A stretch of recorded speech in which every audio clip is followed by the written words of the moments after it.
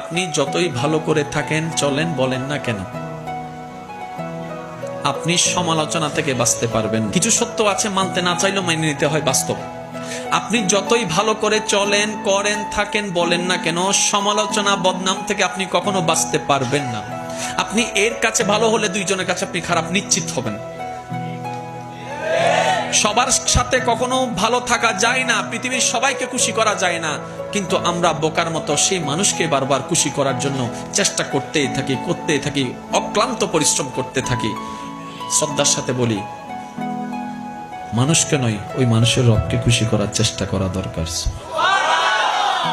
কারণ এই মানুষ কখনো আপনাকে আমাকে থ্যাংক ইউ না দিলেও ওই রবের রহমত আমাদেরকে ভরপুর করে দিবে। সুবহানাল্লাহ।